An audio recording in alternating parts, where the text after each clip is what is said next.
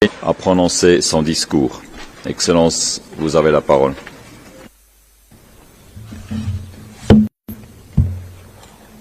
Mr. President, Excellencies, colleagues. First, may I begin by congratulating you, Mr. President, on your assumption of the Council's presidency. Indeed, your presidency comes at a trying moment in international relations, where emerging security challenges and geopolitical flux are uniquely impacting on the phenomenon and protection of human rights globally. Notably, the incidences of war and conflict persist. Rising cases of crimes against humanity, war crimes and even genocide. The implication is that the Council's crucial role in addressing abuses, preventing conflict, and its emphasis on the need for peace has become more important. Today we are witnessing violent conflicts characterized by indiscriminate attacks on civilian populations, including schools, hospitals, use of sexual and gender-based violence as a weapon of war, rise in violent extremism, dissemination of economic livelihoods, and forced displacements.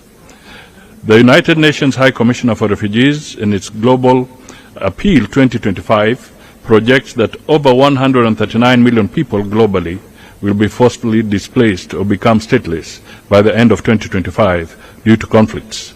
Most of these are vulnerable people from developing countries. Recent reports by UNICEF indicate nearly 47 million children are displaced due to conflict, with the numbers expected to continue increasing.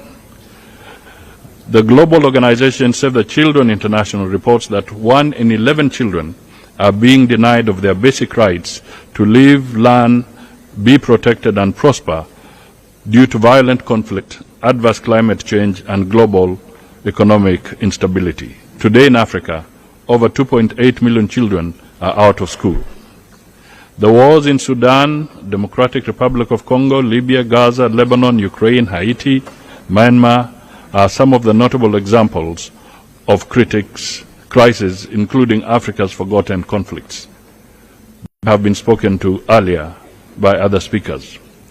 Kenya continues its active engagement in peace initiatives, both regional and internationally, including in DRC, Sudan, Somalia, and Haiti, among others, because we recognize that sustainable peace is linked to the protection and promotion of human rights.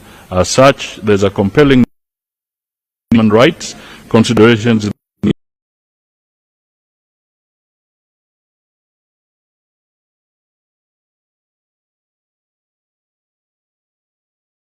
peace missions and general conflict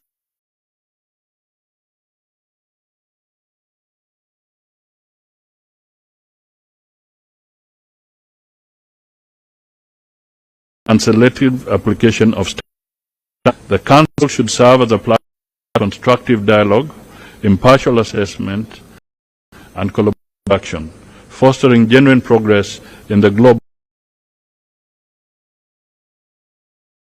human landscape. Kenya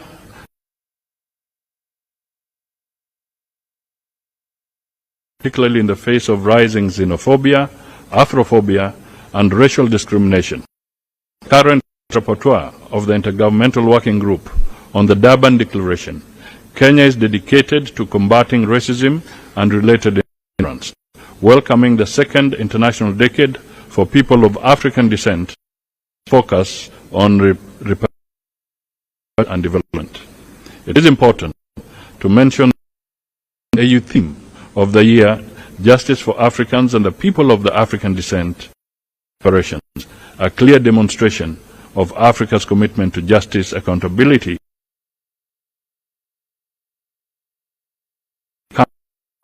Council's crucial work in recognizing the inextricable link between climate change and human rights. We acknowledge the urgent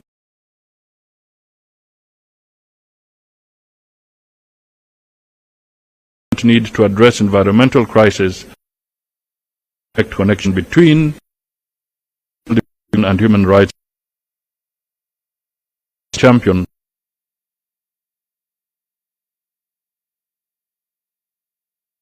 emphasize the importance of respecting the principles enshrined in the Paris Agreement. We believe that climate finance and the Loss and Damage Fund are critical and represent the bare minimum of what is necessary for a just transition and broader climate justice. We bear witness to the profound change in worsening organization acting as a threat motivator and contributing to instability and conflict in Mr. President, Kenya recognizes the evolving landscape of human rights challenges in the digital age and is committed to addressing them proactively.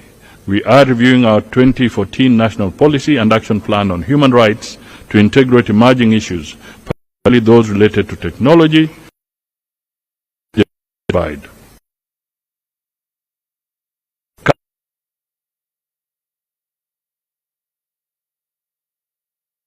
Critical infrastructure and skills necessary for full participation in the information society. We emphasize that bridging the digital divide is essential to prevent technology from worsening. Kenya aims to advocate for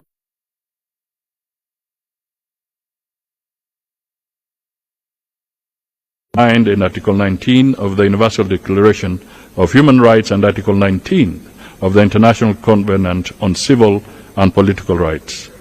We welcome all efforts towards ensuring that technology is accessible, affordable, and beneficial for all.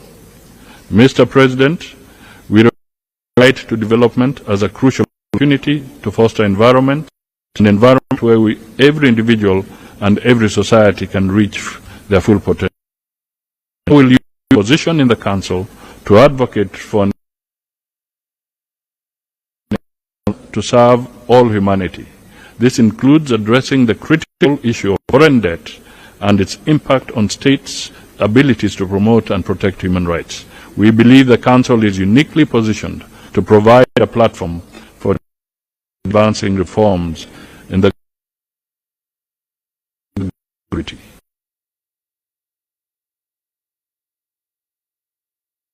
It is evident national human rights instruments. The government remains dedicated to their full and effective implementation, which entails both regular reporting to treaty bodies and constructive engagement in dialogue with them. Additionally, of the regional human rights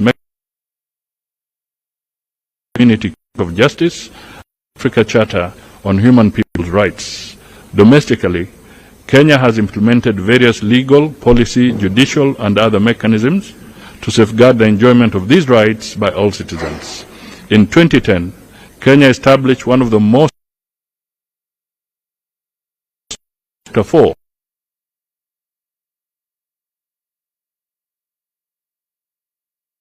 rights applies to all people and state organs without discrimination. Kenya is cognizant of the fact that corruption is a threat to human rights, facilitates and aggravates human rights violations, particularly against vulnerable groups, by hindering their access to rights and services such as property rights, education, health, and social protection. We continue to strengthen institutions, legislation, regulations, and policies to fight corruption, including the Ethics and Anti-Corruption Commission. Has upheld its commitment for procedure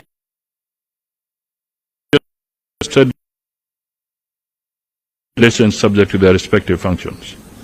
And in recognition of the valuable contribution of civil society organizations, public and national human rights commissions, Kenya actively engages with them through various fora and incorporates their perspectives in its periodic reports. Kenya has extended the human rights protection to vulnerable groups, including refugees, such as the Shirika Plan, which is a premier refugee program. Kenya has guaranteed the dignity and rights of these victims of forced displacement. In conclusion, as a steadfast champion of the Council and its vital members, Kenya pledges to take up our seat in the Council.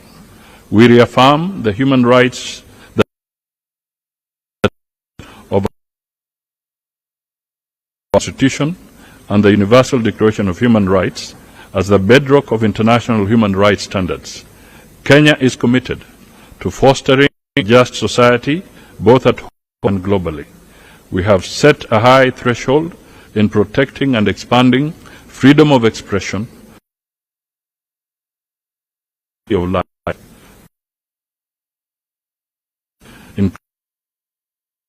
and femicide, amongst others. Cardinal goal is to contribute to a more just, rights respecting world for all. I thank you.